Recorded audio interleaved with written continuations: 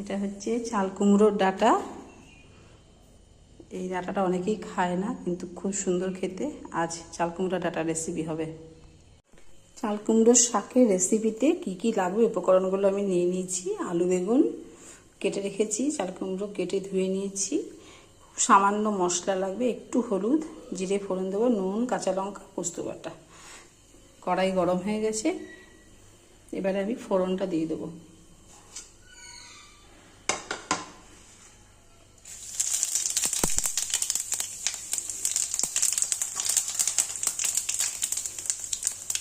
ফোড়নটা একটু ভাজা ভাজা হয়ে গেছে, আমি এবারে আলু আর বেগুন কাটাটা দিয়ে দেবো। এটাকে একটু ভাজতে হবে হালকা। আলু আর বেগুনটা মোটামুটি ভাজা হয়ে গেছে, এবার এর মধ্যে চাল কুমড়ো কেটে রাখা শাকটা দিয়ে দেবো। শাকটা মোটামুটি নরম হয়ে গেছে, এর মধ্যে লবণ আর হলুদ দিয়ে দিয়েছি। এবার বেটে রাখা পোস্তটা দিয়ে দেবো। এটা কিন্তু পোস্ত বাটাই দিতে হবে, এটা কিন্তু সরষে বাটা দিলে হবে না, আর কাঁচা লঙ্কা একটু বেশি করে দিতে হবে।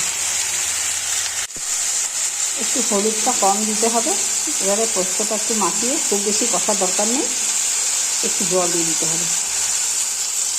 অল্প জল দিয়ে দিলাম, শাকটা একটু নরম শাক, বেশি জল লাগবে না, দিয়ে মেরে ঢাকা দিয়ে রাখবো আর কি। এবার তরকারিটা একবার দেখবো। একটু চিনি দিয়ে দেবো, এটা নাওয়ার আগে একটু মিষ্টি দিলে ভালো।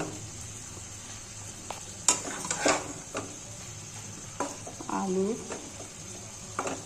আর সুন্দর সেদ্ধ হয়ে গেছে তরকারি। আর একটু 1 মিনিট রেখে আমি এটাকে নামিয়ে দেবো।